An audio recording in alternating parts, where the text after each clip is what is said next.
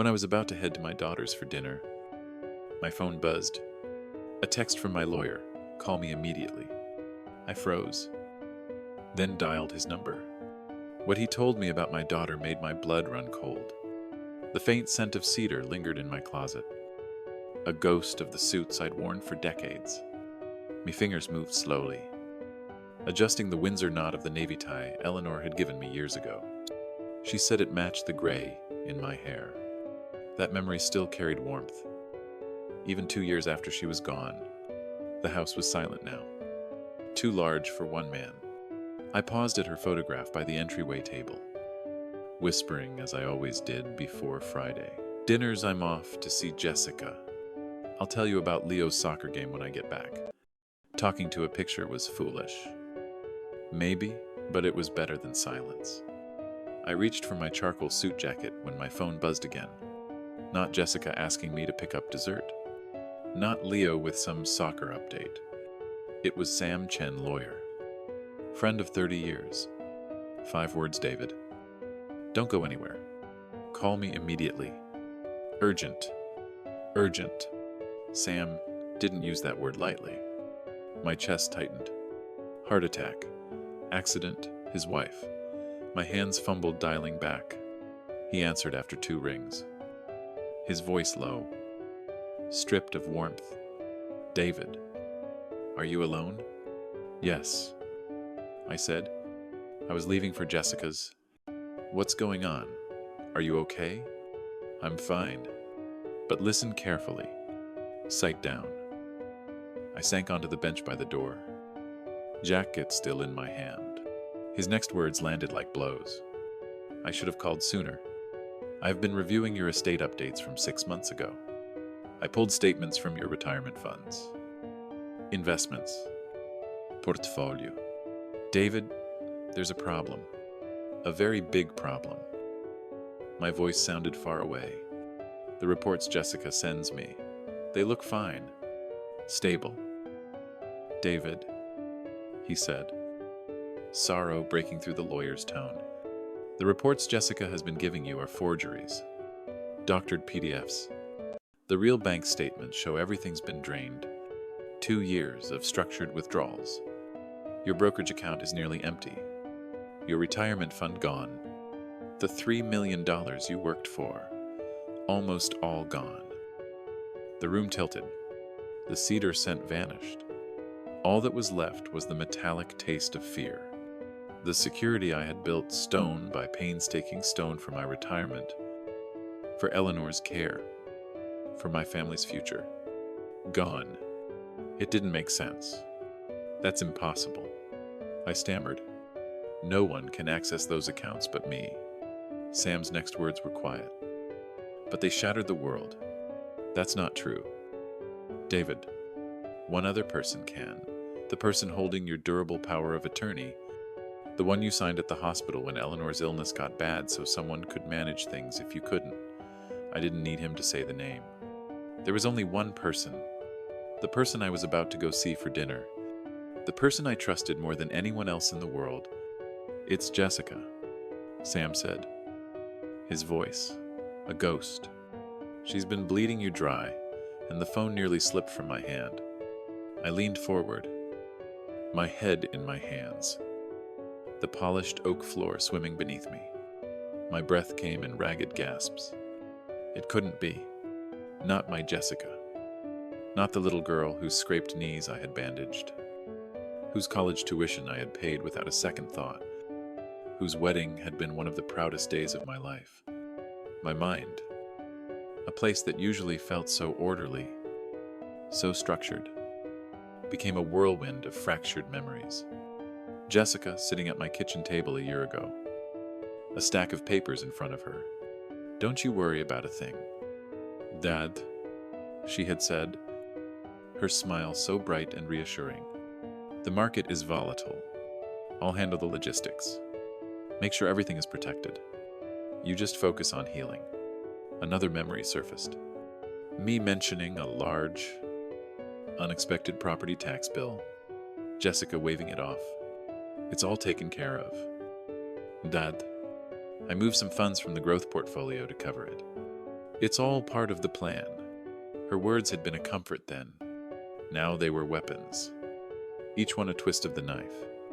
The doctored reports she emailed every quarter, always with a cheerful note. The way she gently discouraged me from going to the bank myself, saying the tellers were new and the paperwork was a nightmare for someone my age. She wasn't protecting me. She was isolating me. She was building a cage of kindness around me while she looted the foundations of my life.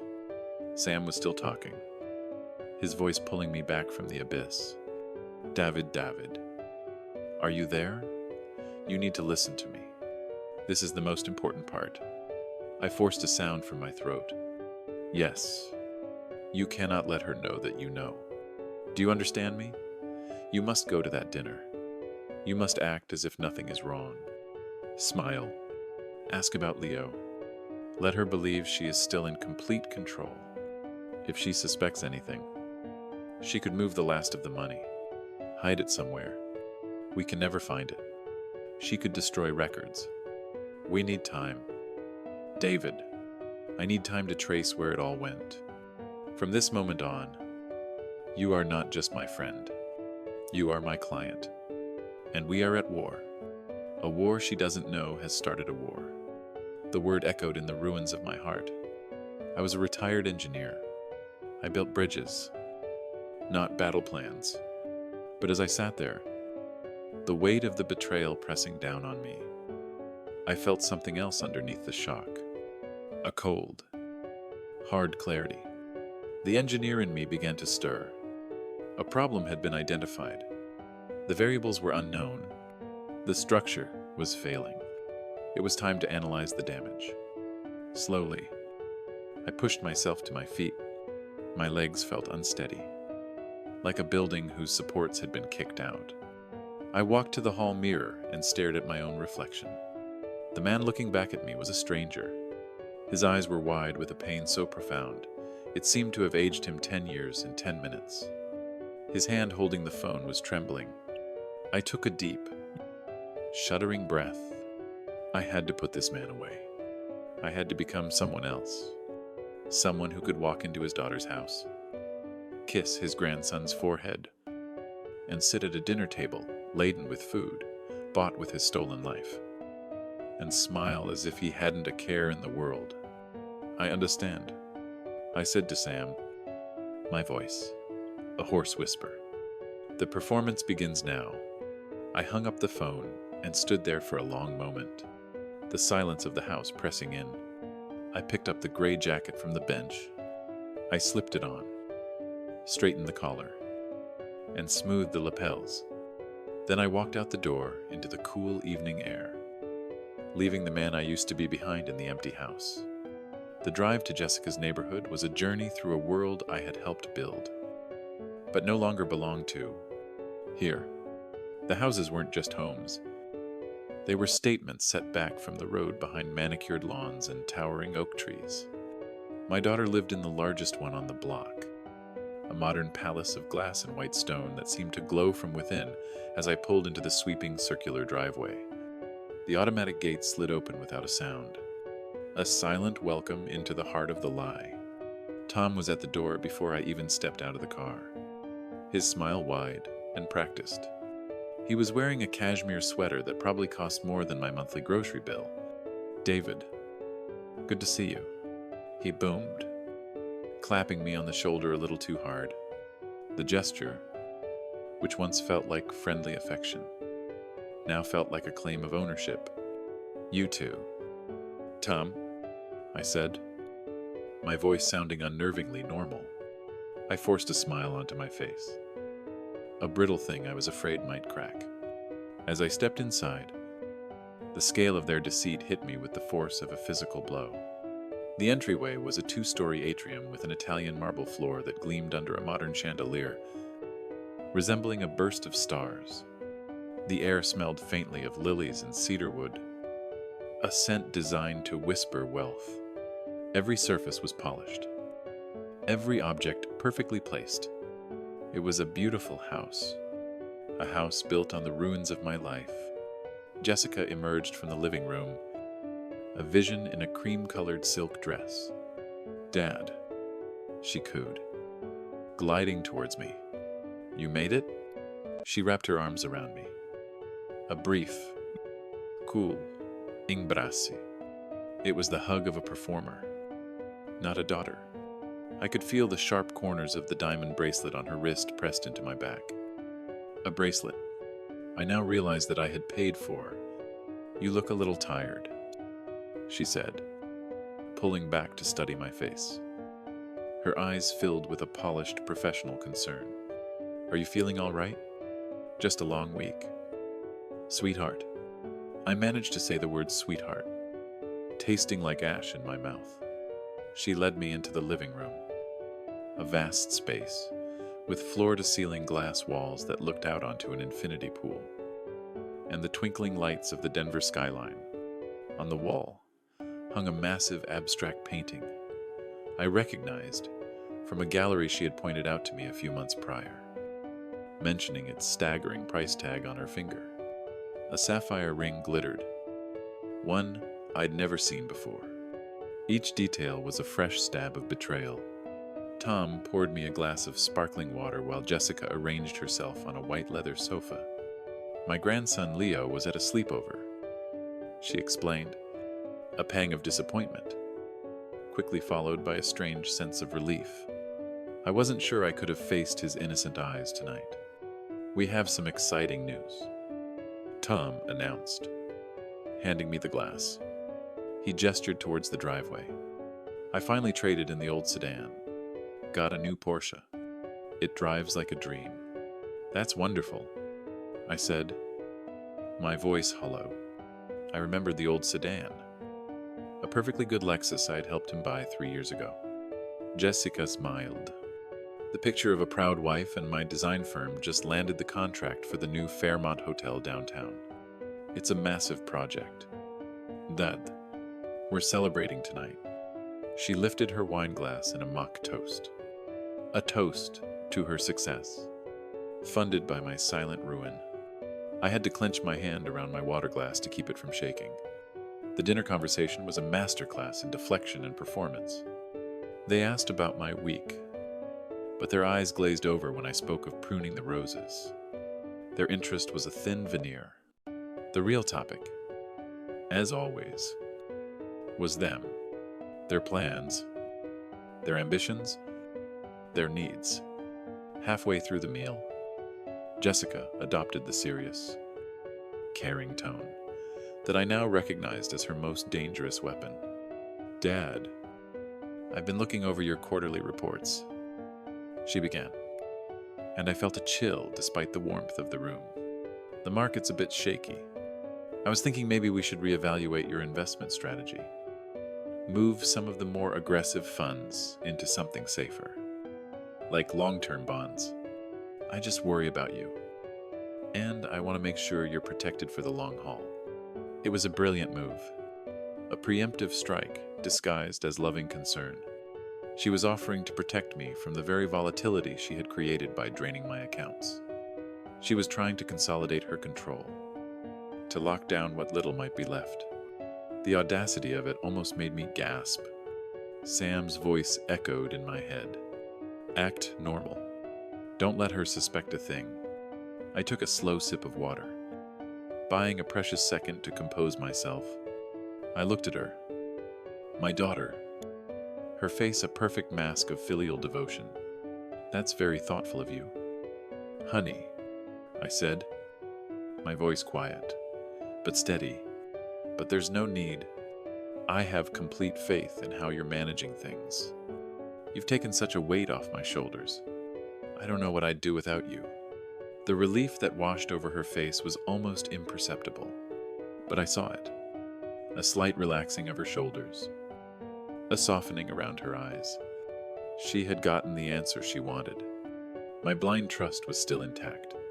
She believed her perfect crime was still perfect. The rest of the dinner passed in a blur. They talked about a summer trip to the Amalfi Coast, about upgrading the kitchen, about the private school they planned to send Leo to next year. Each word was another shovelful of dirt on the grave of my future, and I sat there nodding and smiling, playing the part of the proud. slightly senile father who was just happy to be included. It was the hardest performance of my life. The next morning, the sun rose over a city that felt alien to me. The familiar comfort of my home had been replaced by the cold awareness that I was living on a stage. Every action, every word, had to be weighed and measured. The pain from the night before hadn't subsided. It had simply settled, hardening from a raw, open wound into a cold, densey weight in my chest. It was the weight of resolve. Sam Chen's office was a fortress of order and reason, a stark contrast to the chaos raging inside me. Bookshelves lined with leather-bound legal texts stood like silent sentinels from floor to ceiling.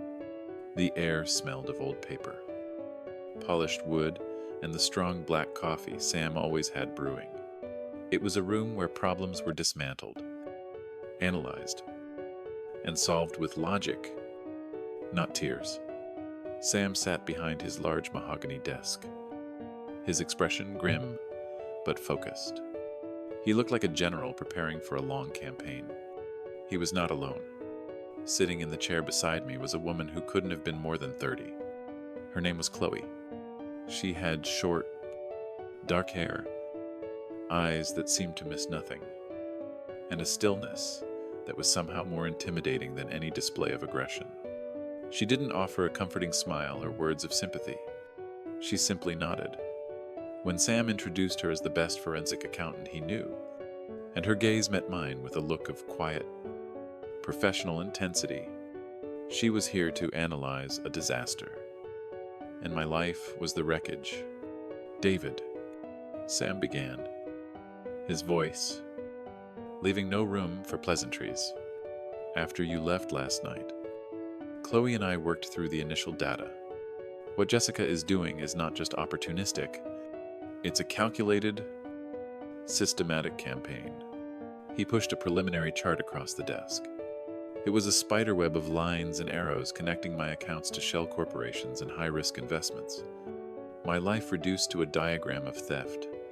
"I saw it last night," I said, my voice flat. "The house, the car, the jewelry, it's all there. My money. It's worse than that." Chloe spoke for the first time. Her voice was as precise and unadorned as her appearance. "She's not just spending it. She's moving it, hiding it, funneling it through a shell company, Elysian Designs, LLC, and then into a high-risk resort development in Mexico that your son-in-law is managing. She's laundering your life savings, Mr. Miller, and she's using the doctored financial reports to keep you placated while she does it." Sam leaned forward, his hands clasped on the desk. "This is no longer a family dispute. David, this is a criminal enterprise, and we will treat it as such. Here is the plan. It's a two-phase operation." He took a sip of his coffee and laid out the blueprint for my counterattack.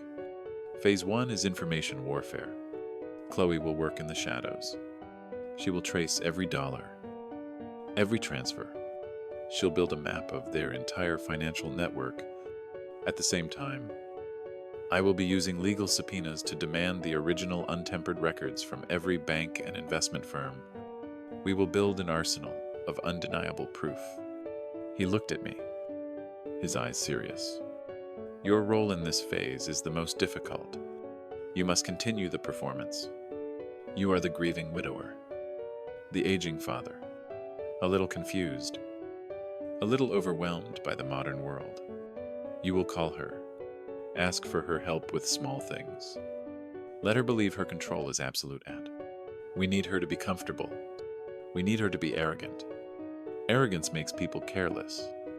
I nodded, the engineer in me appreciating the cold logic, even as the father in me recoiled at the thought of the deception.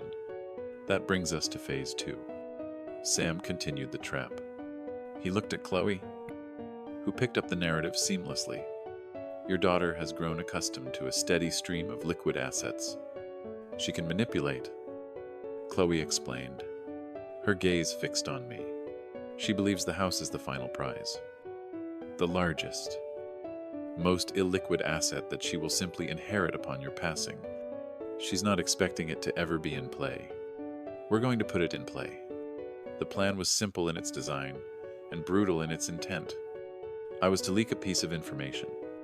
I would confide in a mutual friend, someone I knew was a notorious gossip, that I was feeling lonely and overwhelmed. I would mention that I was seriously considering selling the house and all its contents to move into a luxury retirement community in Scottsdale, Arizona, to live out my days in the sun. The news of a potential sale will trigger a panic, Chloe stated, her tone flat, analytical. It threatens her inheritance, and more importantly, it threatens to bring in outside parties, realtors, appraisés, lawyers who will scrutinize the very finances she has worked so hard to conceal. Her cash flow from your accounts is likely slowing as the funds run out. The house is the endgame. She cannot and will not let it be sold. She will be forced to act, Sam concluded, taking the reins again. She'll try to stop you.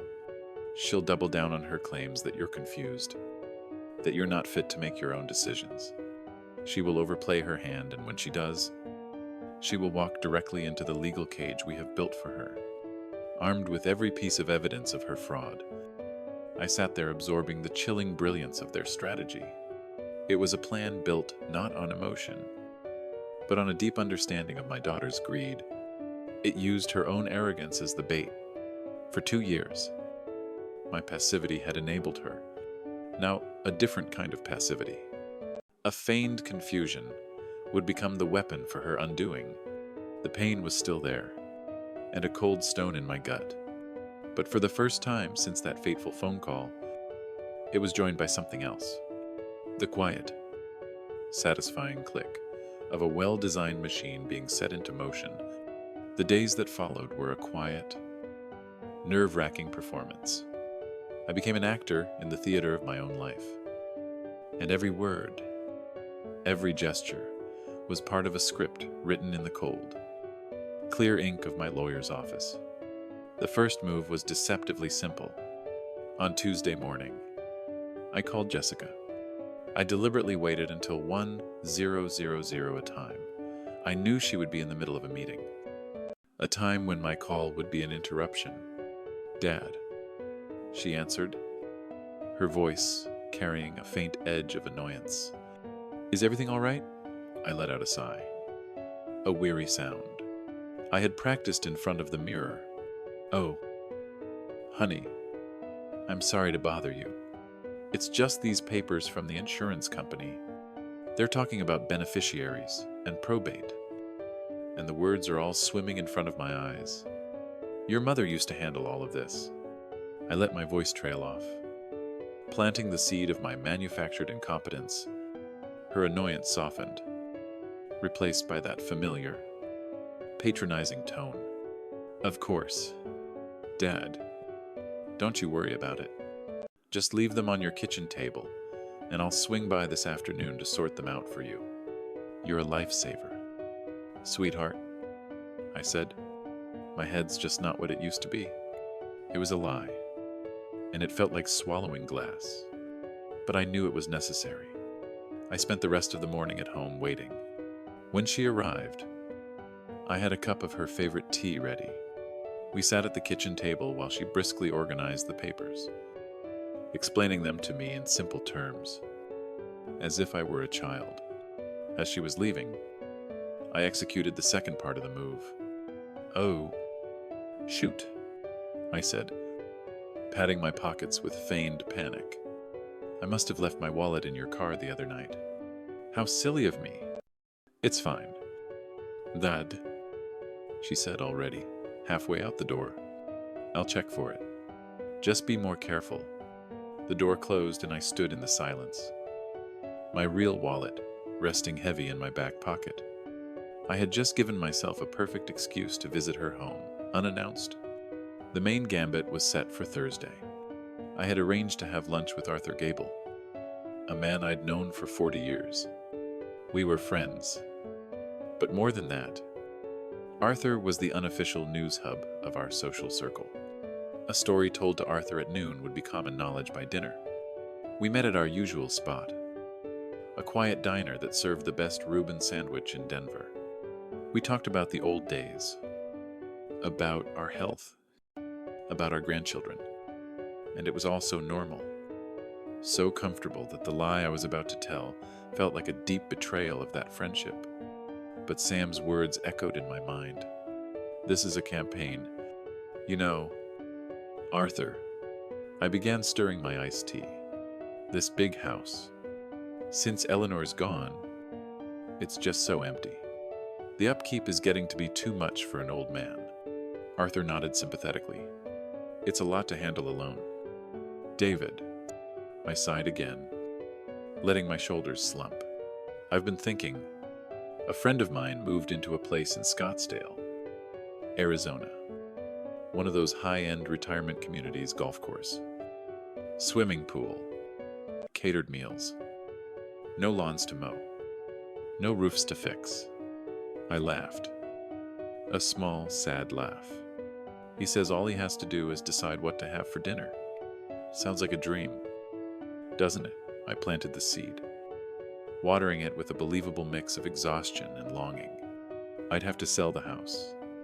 Of course, liquidate everything. But what's the point of rattling around in a mausoleum? Arthur's eyes widened slightly. I saw the gears turning. This was news. Big news. He promised to keep it to himself. But we both knew that was a promise he was incapable of keeping. I left the diner feeling a grim sense of accomplishment, mixed with the sour taste of having used a friend while I was playing the part of the weary retiree. Chloe was deep in the digital trenches. That afternoon, she sent a secured update to Sam, who forwarded it to me. Her findings were chilling. The shell company Elysian Designs LLC wasn't just a holding account. It was the primary investor in a luxury seaside resort project near Cancun, Mexico. A project that was, according to public records, massively over budget and plagued by construction delays. The manager of the project's finances was listed as Tom, my son-in-law. They weren't just spending my money on cars and jewelry. They were gambling it away on a failing enterprise, desperately trying to keep it afloat. With the last of my life savings, they needed the house not just for the inheritance, but as a final, desperate injection of capital to save them from ruin. The phone call came at 6:15 p.m. That evening, I had just sat down with a bowl of soup. The caller ID flashed Jessica's name. I let it ring 3 times before answering, my heart hammering against my ribs. Dad? Her voice was a tight coil of feigned concern. Arthur Gable just called me. He said, "You're thinking of selling the house and moving to Arizona." I adopted my most tired, confused voice. Oh, was I not supposed to mention that Arthur and I were just talking? It's just an idea. Honey, this place is so much work. Sell the house, she repeated, her voice rising an octave. Dad, you can't? You just can't. That's our family home. It's where Mom's memories are. Every room, every corner. How could you even think of letting it go? The performance was flawless. The grief, the sentimentality, it was all there. But I could hear the sheer panic humming beneath the surface. I'm just getting old. Jessie, I said, using her childhood nickname to add a touch of vulnerability. I can't keep up with the repairs. The yard. I thought maybe it's time for an easier life. Somewhere with a bit of sun. No, she said quickly. We can figure this out. If it's the upkeep, we can hire a service. A full-time gardener. A handyman. I can manage it for you. You don't have to lift a finger. Just don't make any rash decisions. Don't call a realtor. Promise me, Dad. Promise you'll let me help you manage this." Her words were a desperate scramble to regain control, to put herself between me and the one asset she couldn't afford to lose. She wasn't trying to save my memories of her mother. She was trying to save her failing investment in Mexico. The conversation ended with my vague, non-committal promise to think about it, leaving her dangling in a state of high anxiety. I hung up the phone and stared out the window into the darkening evening. The soup in front of me had gone cold. A grim smile touched my lips. The trap was set. The bait had been taken. And my daughter, my clever, calculating daughter, was now thrashing in the net. Completely unaware that the fisherman was the tired old man, she thought she had already devoured the silence that followed.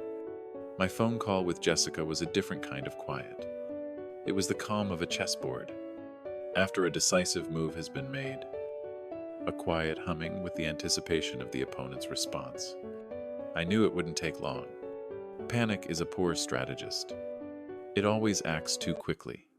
2 days later, on a Saturday afternoon, she called. Her voice was smooth, almost syrupy. "Dad, Tom and I were just in the neighborhood. We'd love to drop by for a few minutes. I've been talking with my financial advisor, and he put together a simple portfolio projection for you. I think it will really put your mind at ease about the house." "Of course." "Honey," I said, my voice, a well-rehearsed instrument of weary acceptance. The door is always open. The stage was set. I had an hour before they arrived.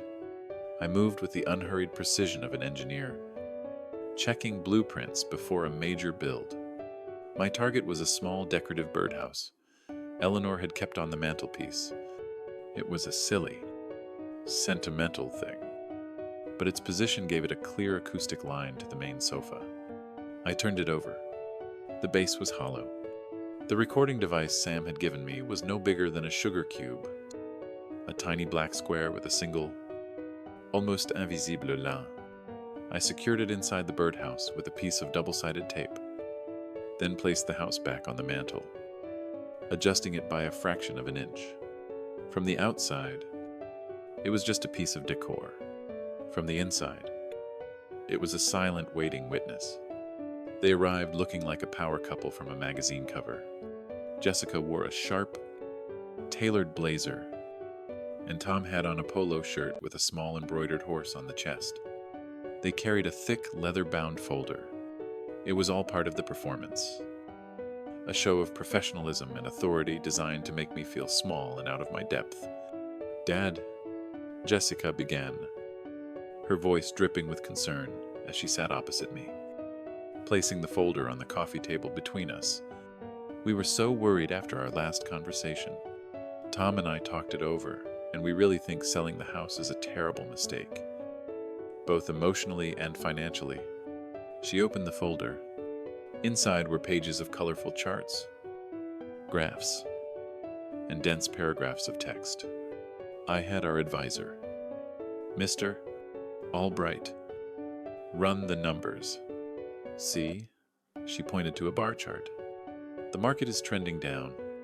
If you sell now, you'll be losing at least 15% of the property's peak value.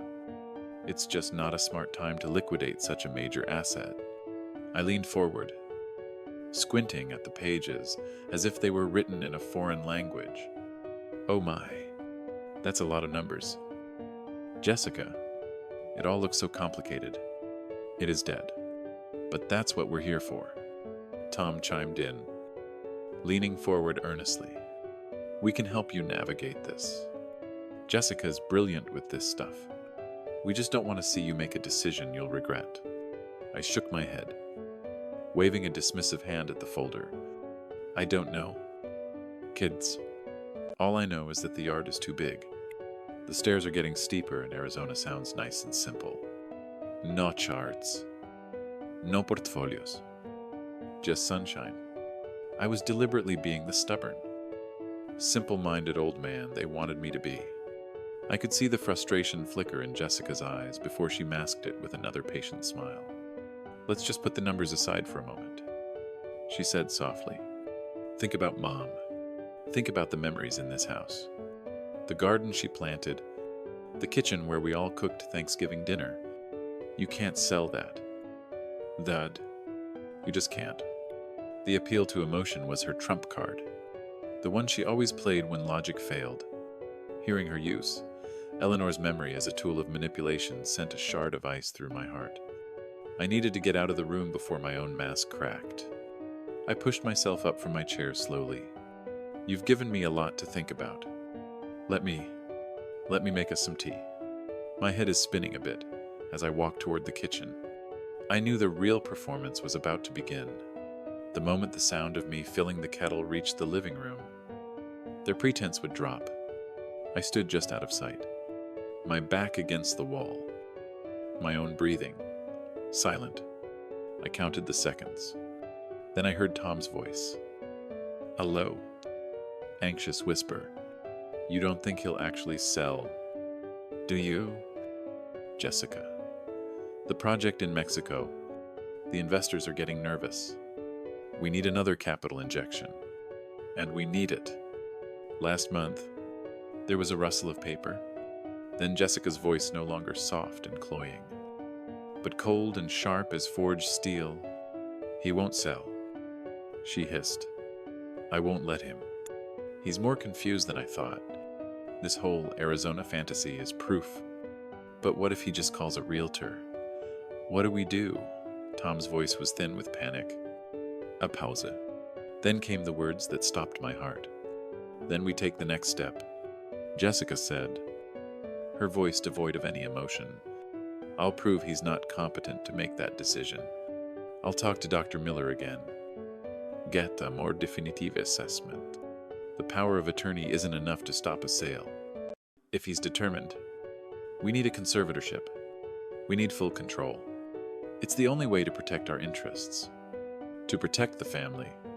Protect the family. The lie was so profound. So complete. It was almost a work of art. I stayed in the kitchen for another 5 minutes, my hands gripping the edge of the counter until my knuckles were white. I made a show of clattering cups and spoons before walking back into the living room with a tray of tea. I had no intention of drinking. They were sitting in silence when I returned. The leather folder closed, their faces composed into masks of loving concern once more. They left soon after, promising to call, promising to help in any way they could. The moment their car pulled out of the driveway, I walked to the mantelpiece. My hand was shaking as I retrieved the tiny recording device from the birdhouse. I sat in my armchair, the one Eleanor always called my thinking chair, and plugged the device into my phone with an adapter. I pressed play. The sound of my own voice, feigning confusion, filled the silence. Then their whispers, Tom's panic, and finally my daughter's voice, clear and cold, plotting to have me declared mentally incompetent, plotting to seize control of everything I had left. We need a conservatorship. I listened to the recording twice. The first time my heart shattered into 1,000,000 pieces. The sound of my own child planning my legal execution was a pain beyond description. But the second time I listened, something else happened. The engineer inside me, the man who built bridges and understood stress points and structural integrity, took over. The pain was still there, but it was being encased in something harder, colder. The raw emotion was cooling, hardening into the clean. Sharp lines of a blueprint. The heartbreak was immeasurable, but the evidence was undeniable. She had said it. He had confirmed the motive. Their masks were off, and their true faces were now captured in a digital file. My daughter had just handed me the weapon I would use to dismantle her world. I had proof of intent. The war had truly begun. The days following that confrontation were a strange sort of limbo. I existed in a state of suspended animation, going through the motions of my life while the war was being plotted in the quiet corners of my mind and in the secure servers of Chloe's office. I pruned the roses. I read the newspaper. I played the part of David Miller, retired engineer. But every time the phone rang, my heart seized. I was waiting for the other shoe to drop, and I knew it would not be a gentle landing. The call came on a Wednesday morning. The sky was a flat, indifferent gray. It was Sam. His voice was devoid of all preliminary chatter. "David," he said, "it's here. They filed it this morning." I didn't have to ask what it was. "Tell me," I said, sinking into my thinking chair. "A petition for conservatorship." Sam read from the document.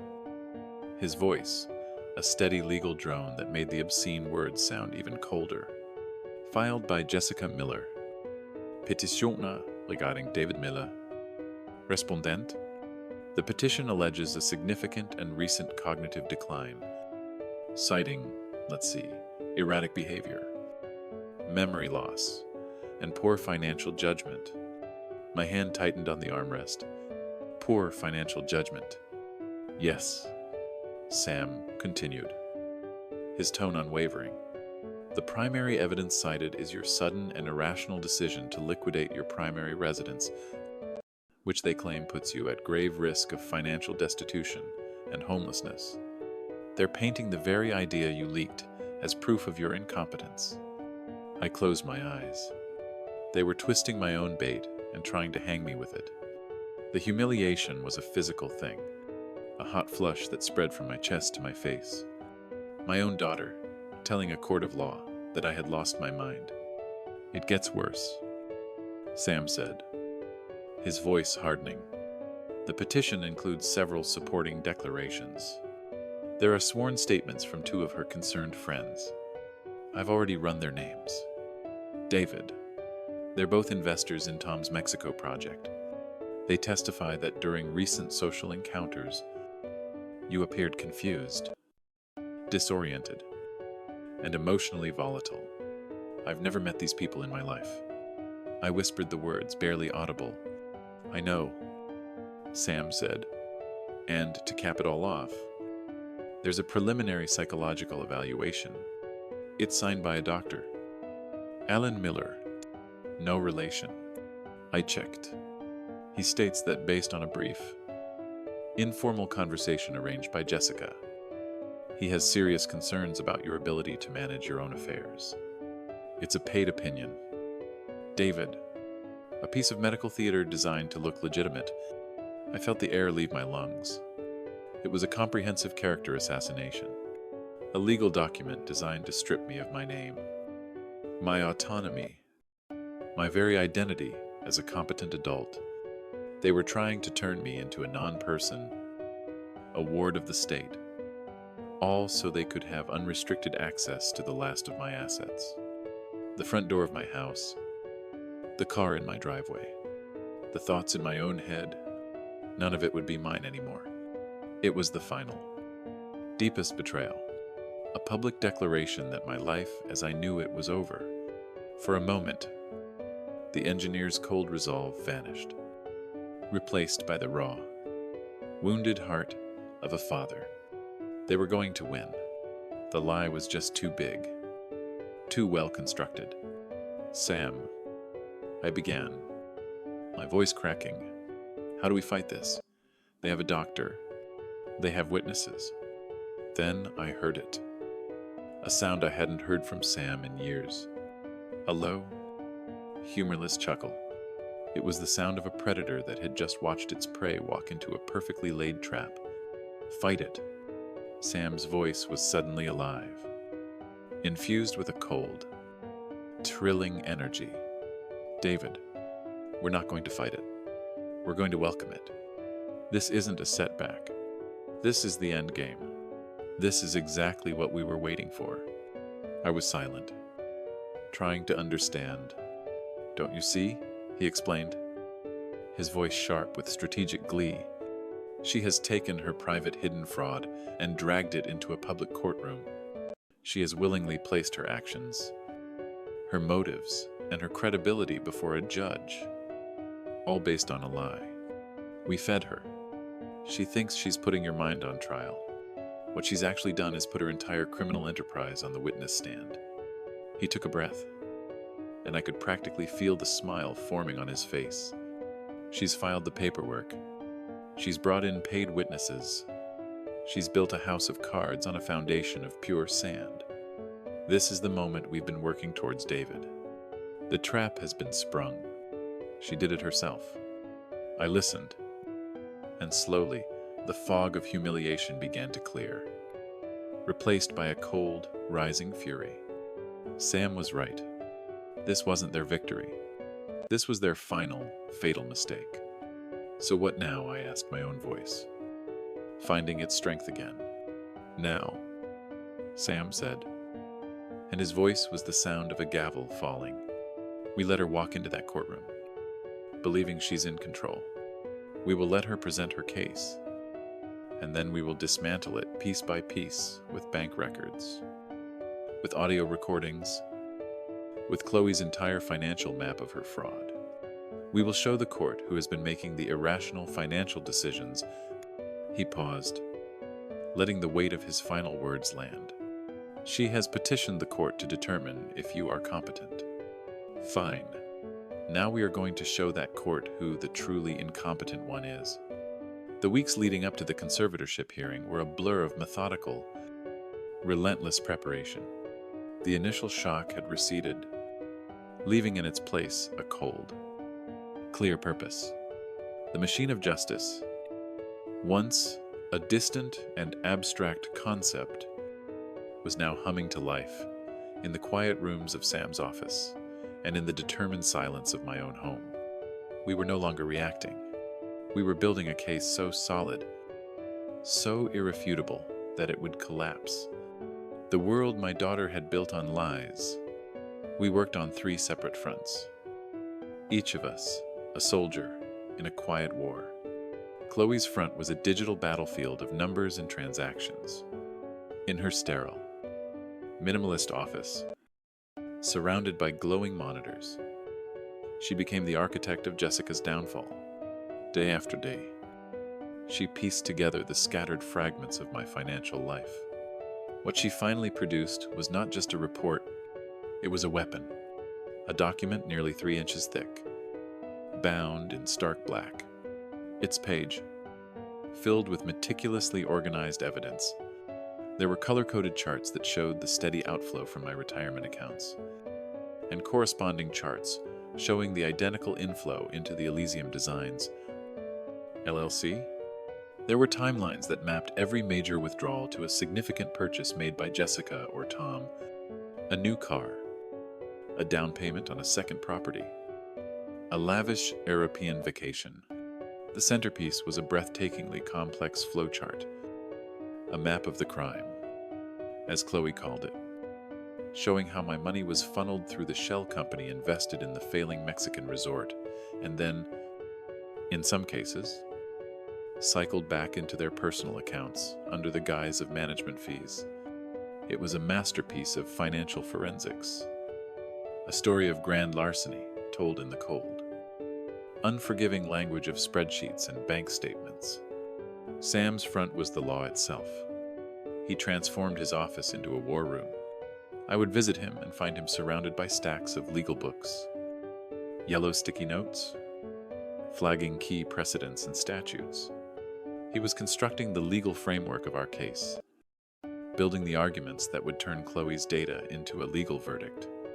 He printed out sections of the Colorado state law on elder financial abuse, highlighting the specific clauses that defined it not just as theft, but as a breach of fiduciary duty, a betrayal of trust. He prepared cross-examination questions for Jessica's paid witnesses designed to expose their financial ties to her and Tom. He drafted motions to compel to subpoena to ensure that no stone was left unturned. He was building our shield and sharpening our sword, preparing to walk into that courtroom, not just to defend me, but to prosecute them. My front was perhaps the quietest, but also the most personal. It was the battle for my own sanity in the eyes of the law. The court had appointed an independent psychiatrist, a doctor, Evelyn Reed, to conduct a competency evaluation. I met her in a calm, sunlit office that smelled of tea and old books. Jessica had painted a picture of me as a confused, irrational old man. I decided the most powerful counter-argument was simply to be myself. I did not speak of the fraud or the betrayal. Instead, I spoke about my life. I told her about my career as a civil engineer, about the bridges. I helped design the complex calculations for load-bearing structures, the water management systems I had overseen for the city of Denver. I spoke with the precision of a man who had spent 40 years of his life making sure things didn't fall down. I described my daily routine, my budget, the way I managed my household expenses, down to the penny. Dr. Reed listened, her expression unreadable, asking sharp, insightful questions. At the end of our second session, she closed her notebook and looked at me. "Mr. Miller," she said, "based on our conversations and the tests I've administered, you are one of the most cognitively sound and methodical individuals I have evaluated this year. The decision to sell your house from a purely logical standpoint of simplifying one's life in retirement is anything but irrational. And we were building our case brick by solid brick. But it was Chloe in the final days before the hearing who found the crack in the foundation, a crack that would bring the entire rotten structure crashing down." She called Sam on a Tuesday night. I was at his office reviewing my testimony. Sam put the call on speakerphone. Chloe's voice was different. The usual professional calm was replaced by something else. Akiet contained horror. "Sam, David," she began. I was doing a final cross-reference of Elena's estate documents, specifically her life insurance policies, just to ensure we had a complete picture. I found something.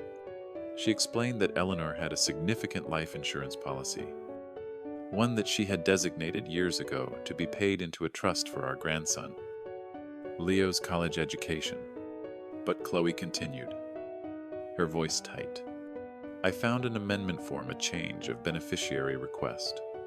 It was filed 3 weeks before Eleanor passed away. The primary beneficiary was changed from the Leo Miller Educational Trust to Jessica Miller, daughter." A cold dread washed over me. I remembered Eleanor in those last weeks, weak, often disoriented from the pain medication. "There's more," Chloe said. "I've looked at dozens of Eleanor's signatures from over the years. Checks, legal documents, letters. Her signature was always strong, elegant. The signature on this form, it's shaky, but it's also wrong. The angle of the E is off. The loop on the R is too tight. It looks less like the signature of a sick person and more like the signature of a person trying to imitate someone else." The room went silent. The implications were monstrous. This wasn't just about stealing from a living father. This was about stealing from a dying mother. It was about stealing her last gift to her own grandchild. Sam stood up and walked to the window, to his back to me. For a long moment he said nothing. When he turned around, his face was a mask of cold fury. He picked up his phone. "Chloe," he said, his voice low and dangerous.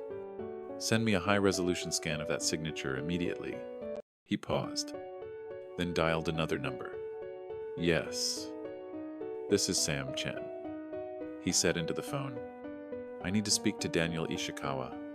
Tell him it's an emergency. I need an expert opinion on a potential forgery, and I need it yesterday." He hung up and looked at me, his eyes blazing.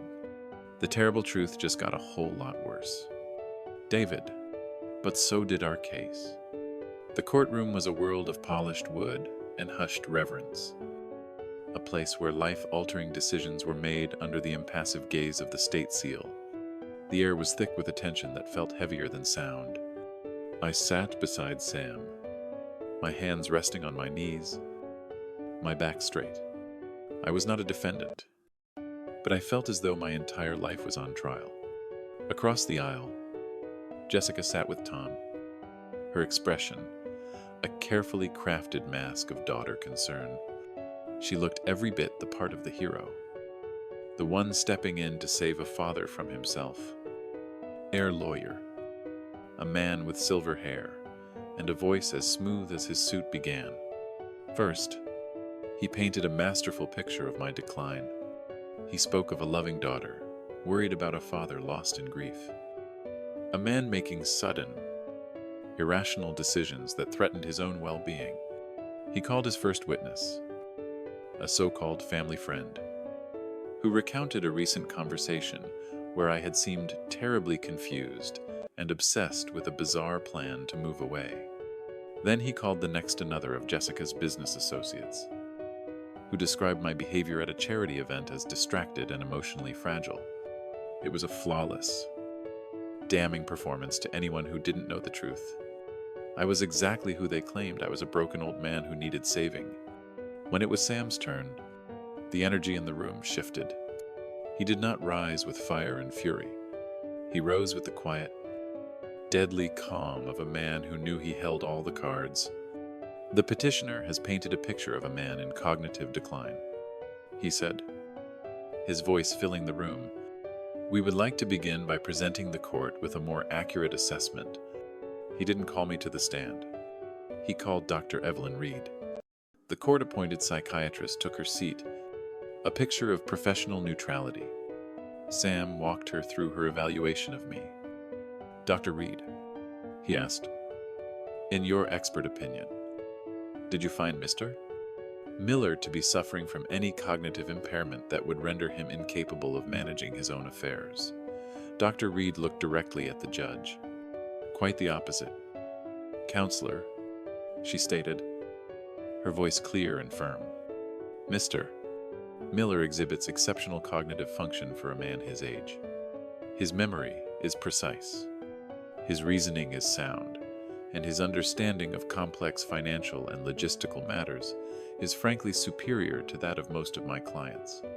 He is, in my professional opinion, fully competent. A quiet murmur rippled through the courtroom. I saw Jessica's back stiffen. The first brick in her wall of lies had just been pulled loose. Next, Sam announced the prosecution calls. Chloe Armstrong. Chloe walked to the stand with the same quiet confidence I had seen in Sam's office. She was sworn in, and a large screen flickered to life behind her. Miss Armstrong, Sam began, you are a forensic accountant. Could you please explain to the court what this chart represents for the next 45 minutes? Chloe methodically, clinically, and devastatingly dismantled Jessica's entire narrative with the aid of the projector. She walked the court through the map of my stolen life. She showed the steady monthly withdrawals from my accounts. She showed the identical deposits into the shell company Elysian Designs, LLC. She showed the photographs of Tom's Porsche, of Jessica's jewelry, of their lavish vacations, with dates that corresponded perfectly to the largest withdrawals. The courtroom was utterly silent, captivated by the cold, hard story. The numbers were telling. Jessica's face had gone pale. Tom was staring at his hands, unable to look up. Then Sam played the audio recording, my voice feigning weariness. Tom's anxious whisper about needing more capital for the Mexico project. And finally, Jessica's voice, sharp and cold, slicing through the courtroom. Silence. If I have to, I'll prove he's not competent to make that decision. The power of attorney isn't enough. We need a conservatorship. We need full control. A collective gasp went through the room. The mask of the loving daughter had been torn away, revealing the cold face of a predator. Jessica sank lower in her chair, her eyes wide with disbelief, as if she couldn't comprehend that her own words had returned to condemn her. Sam let the silence hang for a long moment before delivering the final fatal blow. He turned to the judge, his voice now resonating with a righteous anger he had kept contained until this moment. Your Honor, he said, his voice ringing with clarity. What you have seen here is a story of profound greed and betrayal. But the terrible truth is that this story is even darker than it appears. This is not just about the abuse of a living father. This is a plot that began when this woman's own mother was on her deathbed. He called his final witness, Mr. Daniel Ishikawa, a renowned handwriting expert. Sam placed a document on the projector. The life insurance amendment. Mr. Ishikawa-san asked, "Can you tell the court about the signature of Eleanor Miller on this document?" The expert adjusted his glasses. "The signature of Eleanor Miller on this page is a forgery," he stated unequivocally. "While it mimics her letter forms, it lacks the natural speed and pressure of a genuine signature. It shows signs of slow, careful drawing. It is not the signature of a frail, sick woman. It is the signature of a healthy person attempting to copy a signature. They have studied." The courtroom felt as if all the air had been sucked out of it. Sam presented his final exhibits. The official insurance payout confirmation, showing a 7-figure sum deposited directly into Jessica's personal account, weeks after Eleanor's death, and a final damning document from the state registrar. No entity named the Leo Miller Educational Trust had ever been filed or created. She hadn't just stolen from me. She had stolen her dying mother's last gift to her own son. That was the moment everything broke. Tom, who had been pale and still slowly turned his head to look at his wife. The expression on his face was not one of anger, but of pure, unadulterated horror. He was a thief, but he had not known he was married to a monster. He was seeing her, truly seeing her for the first time, and the sight was breaking him. But it was Jessica who truly shattered the intricate web of lies. The carefully constructed facade, the years of manipulation. It all came crashing down on her at once. A sound escaped her throat. A choked, guttural sob. Her mask of composure didn't just crack it, disintegrate, faded. She buried her face in her hands, her shoulders heaving in great wrenching sobs. The brilliant, controlled strategist was gone, replaced by a common thief, caught in the act. Her crimes laid bare for the entire world to see. And in that moment, in the ruins of her deception, the final judgment was rendered not by the judge, but by the cold, inescapable weight of the truth. The sound of Jessica's sobbing was the only thing that filled the courtroom as the judge, a woman with eyes that had seen too much to be easily shocked, delivered her ruling. Her voice was cold steel. The petition for conservatorship is denied. She declared, her gaze fixed on Jessica. What has been presented here today is not a case of a daughter's concern, but a shocking and predatory abuse of this court and of the petitioner's own father. She didn't stop there. Effective immediately, this court orders a temporary freeze on all known assets belonging to Jessica and Tom Miller. Furthermore, I am referring this entire case file, including the evidence of financial malfeasance and forgery, to the district attorney's office for immediate criminal investigation. The finality in her voice was absolute. The war was over. Months later, the late spring sun warmed my shoulders as I knelt in the garden, the rich smell of soil filling the air. The legal battles were behind me. Now, a storm that had passed, leaving a scarred but clean landscape. Jessica and Tom were facing a future dictated by the consequences of their choices, a future that no longer involved me. I heard the back door slide open and looked up to see my grandson, Leo, walking towards me. At 16, he had his mother's sharp intelligence in his eyes, but his grandmother's kindness and his smile. He sat on the grass beside me.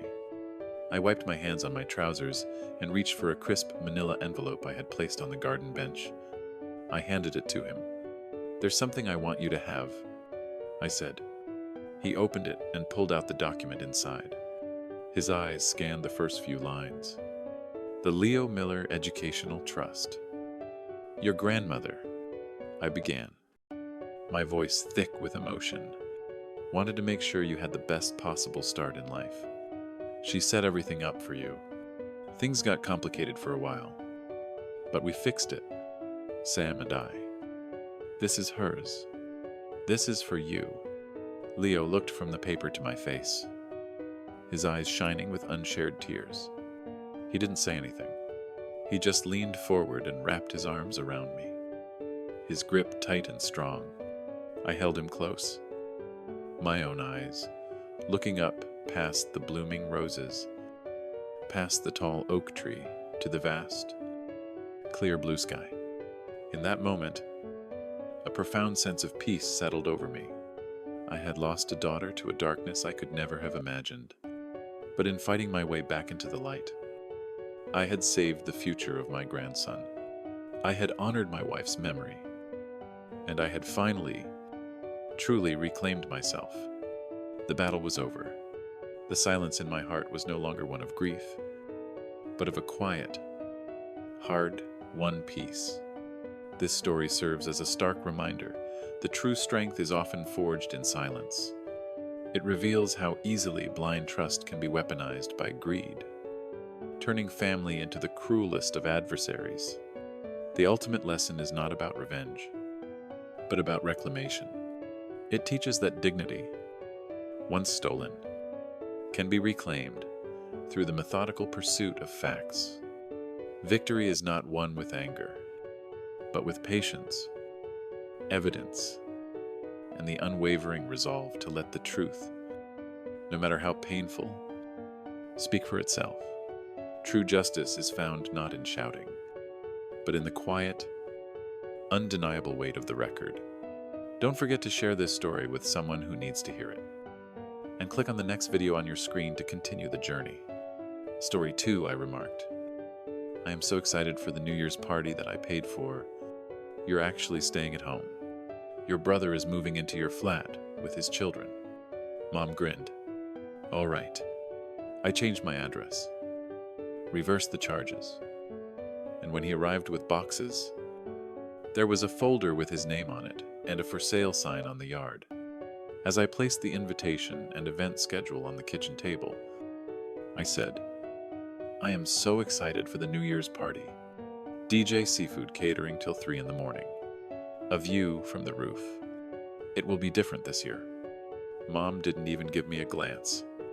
On the counter, she was chopping cheese. As calm as ever. I wanted to discuss that with you. She added, You're not leaving. I went cold. What she moved the cheese into a container and remarked, We're going to the party. Your dad, Ryan, and I. I gazed.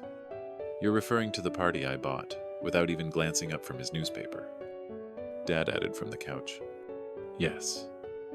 In theory. But Ryan truly needs this. Are you aware of his experiences? My brother was carrying his youngest in the doorway as I turned to face him. He didn't appear at all uneasy. It's been a nightmare with Kelly. Oh, he said, as if that clarified anything. The children never stop. It has been weeks since I had a vacation. You're replacing me. Then I inquired. I used the money I made to pay for the celebration. Mom responded, You'll be doing something more important. You and the children will remain at home. Ryan needs some time off. Are you serious? We just need your assistance. She stated. No. I said, You're not inquiring. You made up your mind already. Ryan gave a shrug. Ma'am, hurry up. It's only one evening. The children had a great time with you. Once? I chuckled. They do. Of course. The only person who genuinely looks after them is myself. Dad warned you to watch your tone. You're still avoiding me. Mon continued. Oh, and one more thing. Ryan will be residing with you for some time. What she said that after the divorce, he has been unable to pay his rent. As if it were clear, he and the lads will move into your flat, just till the situation settles down. I gazed at her, without asking. You chose to relocate him and his children into my home. Do you live alone, flatly? Dad said, "There's space." I had a look around. Does Mom continue to shop? Dad continues to read. Ryan is now using the television to browse the stations as if he were a resident, before he even entered. They had already made up their minds. All right, silently, I said, "Go enjoy yourself." Mom gave me a quick look. Really, really, I remarked as I turned to go to my room. I closed the door behind myself. They assumed I was pouting. No, I wasn't. I was considering ways to ensure that they would never again take advantage of me in this manner. That evening, I returned to my flat and sat there in the dark. That much was clear. They had already decided it was no longer my party. Apparently, neither my money nor my apartment belonged to me anymore. However, this wasn't novel. For months, this had been developing. Following the divorce, Ryan returned to live with our parents. He began by saying it was only temporary, until I find somewhere else. That was 5 months ago. He informed me. Since then, the topic of difficulty has come up every other conversation. The way Kelly abandoned him, how the mounting legal expenditures were being handled, how challenging being a single father was. I paid attention. I was helpful. I even handed him cash. Little things at beginning. Can you cover the kids' school shoes this month? Do you mind grabbing diapers while you're out? Hey. Man, can I borrow 100 to fix the stroller? And of course, I always said yes. I told myself it was short term. I told myself I was doing the right thing. But then the assets got bigger. One week it was $300, just to catch up on a bill. The next step was food. Then petrol money. Then Christmas presents for the kids. Because Kelly's being tough.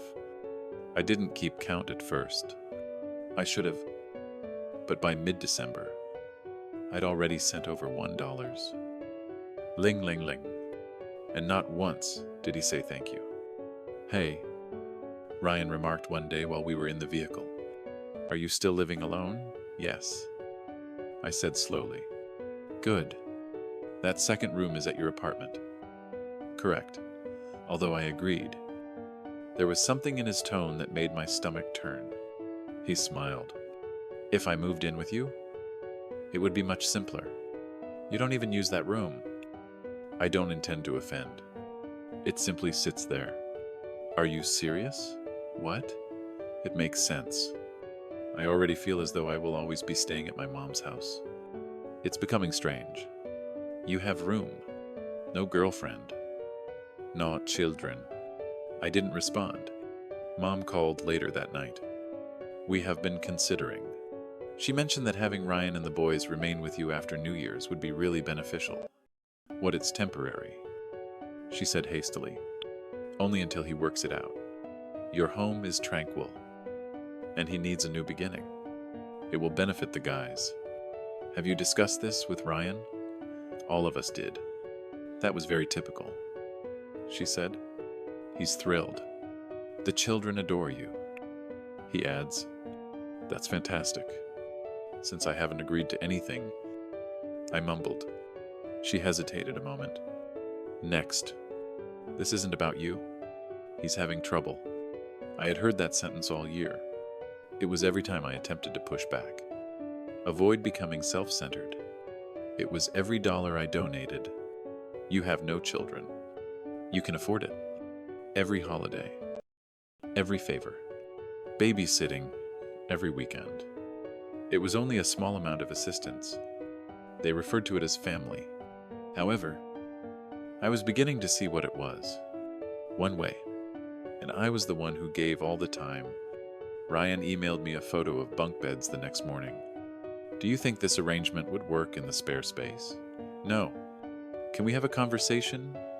No. Do you think this is acceptable? Only a guess. I spent a lot of time staring at my phone. After that, I accessed my banking app, and examined the transfers. Money, gift cards, birthday presents, pizza evenings, school excursions, and utilities. I just made this one payment. I mentally added it up. I tightened my jaw. Since August. Over $2. 000 has been lost. He now want my privacy as well. Something solid sank into my chest. Nobody ever inquired about my well-being. What I was giving up was of no concern to anyone. All they wanted was more. That night, I didn't get any sleep. I was lying in bed, wide open eyes. Everything I should have said was flying through my head. All the things I should have done sooner. Until around 3 in the morning, I gave up on my thoughts. I was the first to begin. I took out my laptop and canceled all of the reservations. The venue on the roof, the seafood catering, and the DJ, the order for champagne. After that, I phoned my bank and canceled all of the charges I had made for the party on New Year's Eve. Every cancellation was like a rope being cut. I then clicked on a different page and put my condo up for sale. The 2nd of January arrived. I felt sharper than ever. Even though the sky was dismal and the air was frigid, I had already relocated across town to a short-term apartment. Just a clear, peaceful mind. Nothing fancy. All I did was pack 2 bags and leave the rest behind. No texts. No calls. Simply disappeared. But not before abandoning something. There was a huge, hefty folder with Ryan Grant scrawled across the top in red marker. A large envelope fastened to the front door, and a bright red and white for sale sign hammered deep into the frozen turf in the front yard of my previous residence. 3:27 p.m. My phone sprang to life. Ryan is en route. Children are thrilled. Packed everything we owned. I didn't respond. A few blocks away, I sat in a cafe, observing everything through a live security feed that I had set up a week prior, just in case. He arrived in the minivan 15 minutes later. Toys in a plastic storage bin in the truck. Kids in the backseat boxes. As if he had just arrived at Disneyland. He parked, got out, stretched, and grinned. Then he stopped. The sign caught his attention. He gazed at the bold letters for sale as he stood there. The grin vanished. He ascended the stairs. The door remained closed. Someone had changed the lock. He then noticed the folder. After tearing it off the door, he opened it and began looking through its contents. The show really started at that point. Within the folder, page 1 ampere printed screen grab of the venue reservation cancellation. Email confirmation on page 2 that the catering had been reimbursed included the line that the client had asked for a complete reversal because of fraudulent family interference. Page 3. A spreadsheet showing all of the money I had given Ryan for groceries, rent, school fees, and children's clothing during the previous 12 months. At the bottom, it was totaled, dated, and itemized $3, $8.45. Seshutsi. Not compensated, not acknowledged, not valued. Page 4. A letter addressed to him. Ryan, you assumed too much for too long. You thought I'd always say yes. You thought I had nothing better to do than sacrifice my time, money, and life for your mess. You were wrong. This is not your home. This is not your backup plan. This is not your fresh start. The only thing waiting for you here is the realization that the free ride is over. Happy New Year, page 5. A printed photo. A screenshot from his call with a friend where he joked, "My brother's a failure, but he owes Mom, so it works out." Page 6. Copy of the realtor agreement. Page 7. Notice of listing. Page 8. Change of address. Confirmation. Page 9. Utility transfer form. Page 10. Blank eviction form. just for show. He stood there, flipping through every page, his face slowly turning red, then white. "Daddy, can we go iron?" one of his sons shouted from the back seat. He didn't answer. He just stood there holding the folder, like it had just detonated in his hands. Minutes later, Mom and Dad pulled up. They stepped out of the car, clearly expecting to help Ryan move in. Mom stopped in her tracks when she saw the sign. "Is this a joke?" she asked. Ryan handed her the folder silent. She flipped through a few pages. Her face dropped as she got to the spreadsheet. Then the letter. Then the screenshot of his failure comment that said nothing. He just sighed, deep and heavy. Mom turned to Ryan, her voice sharp. "Did you really say that? It was a joke?" Ryan muttered. Dad looked at the house.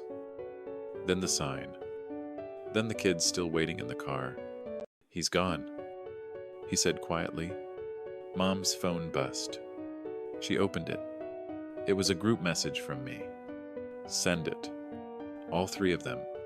Don't contact me. Not about the apartment. Not about babysitting. Not about money. You made your choice. I've made mine. I'm done." That night, I didn't go to a party. I didn't open champagne.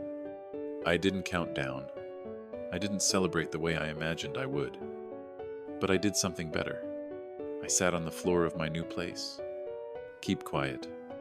Alone. I made a frozen pizza. Watch a ridiculous action movie and slept like a rock. Because for the first time in my life, I didn't know anyone anything.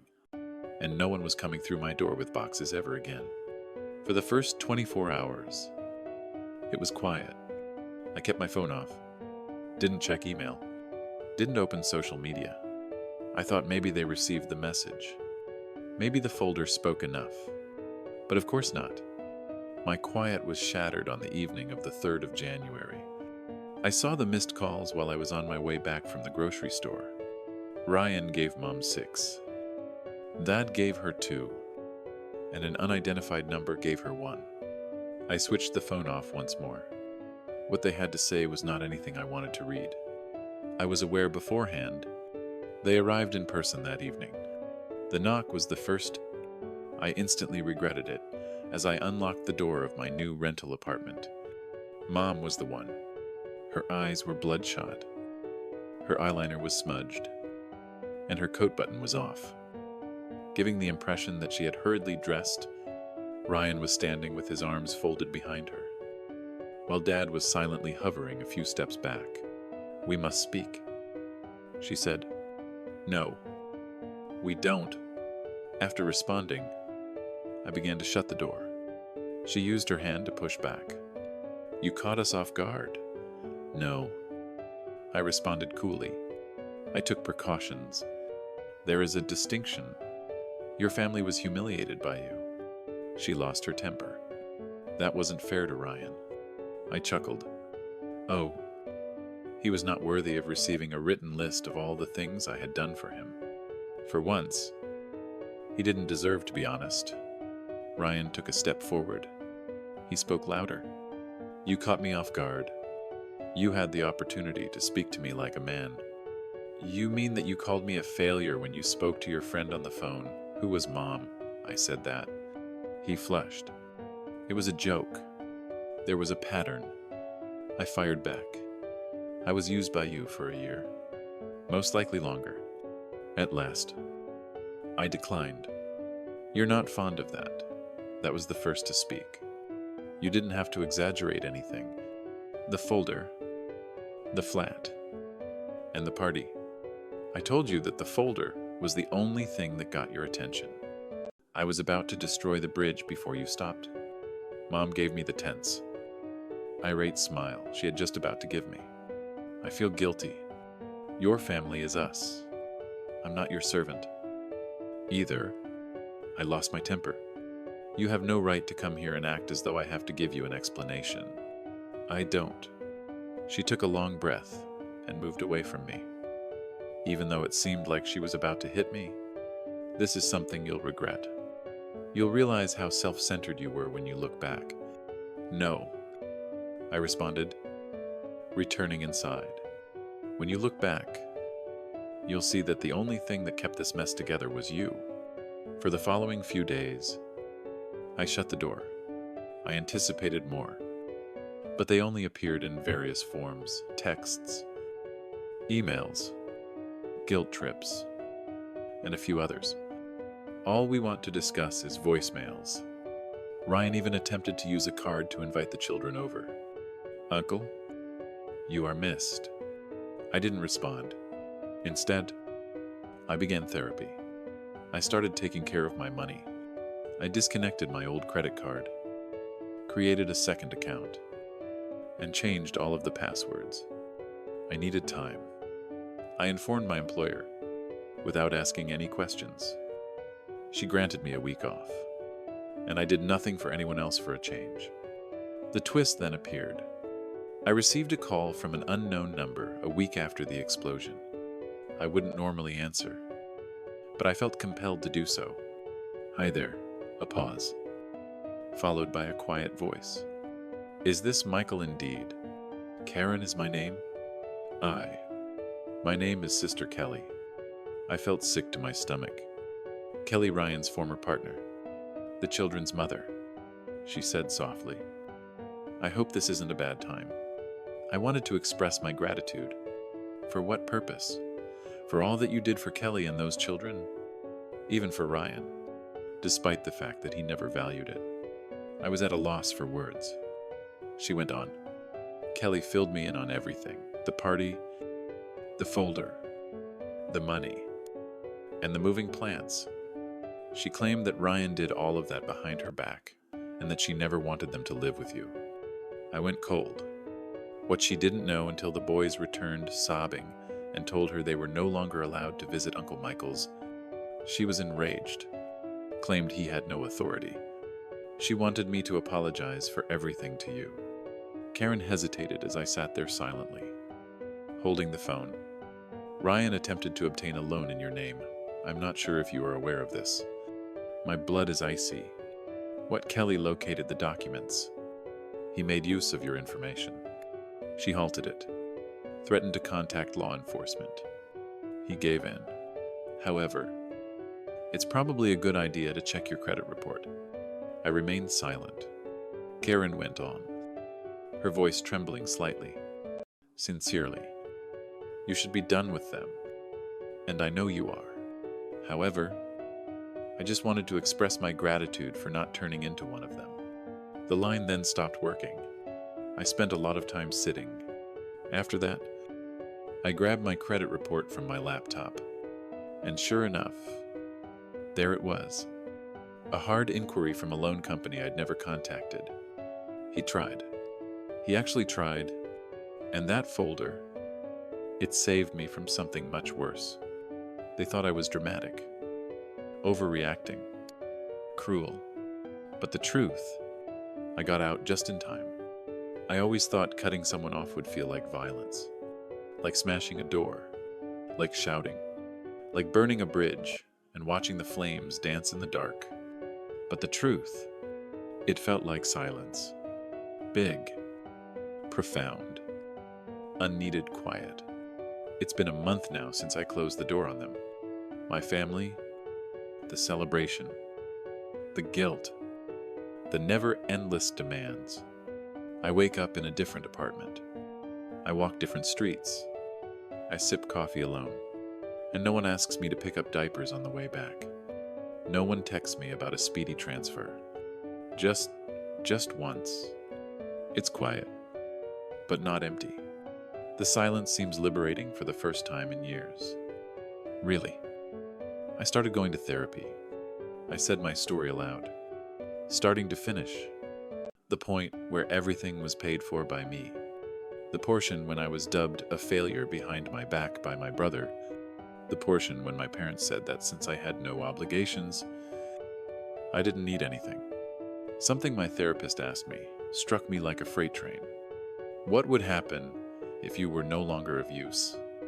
I was aware of the solution. I was dropped. They had it already. For as soon as I stopped making payments, I stopped bending. I became irrelevant. I wasn't loved by them. I did something for them that they adored, and something deep within of me was destroyed by that understanding. However, it created room when it broke. Make room for me. Now, my credit is locked. I have different bank accounts. Regarding the attempted loan scam, I anonymously reported it. I received another contact from Kelly, asking whether I wanted to file charges. No, I told her. I'm not seeking retribution. Distance is what I seek. That's all. Since then, Ryan has not attempted to contact me. Dad and Mom haven't. They gave me a group SMS as their final communication. This family believes that you are dead. It didn't hurt, even though it should have. What had always been true seemed to be set out for the first time. Then an unforeseen event occurred. I received an email from Kelly, Ryan's ex-wife. A week ago. Subject line: thank you. She informed me that she had relocated out of state with the boys and had applied for full custody, that she discovered a better life, a better career, and a better school. She composed, I've always assumed you're the background man, the silent one. However, I now see that you were the only one who was steady. While the rest of us took advantage of you, you kept everything together. I regret not speaking out sooner. You are missed by the lads. I'll never say anything negative about you to them. They would love to hear from you, if you ever wish to write. When I read that, I started crying. For the first time, someone truly noticed me and stated it. Not because I wanted to return to their life. You're not self-centered. Don't be too theatrical. Not you. I was fair. Thank you.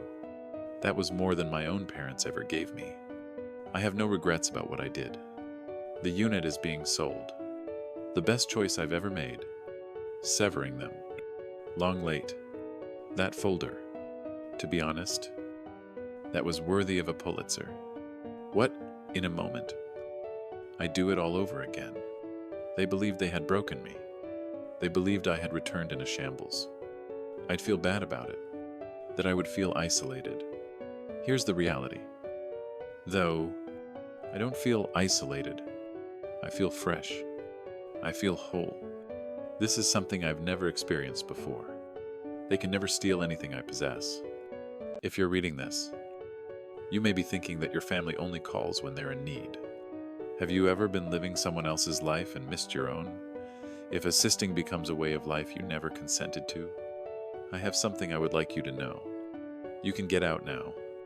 You have the right to refuse.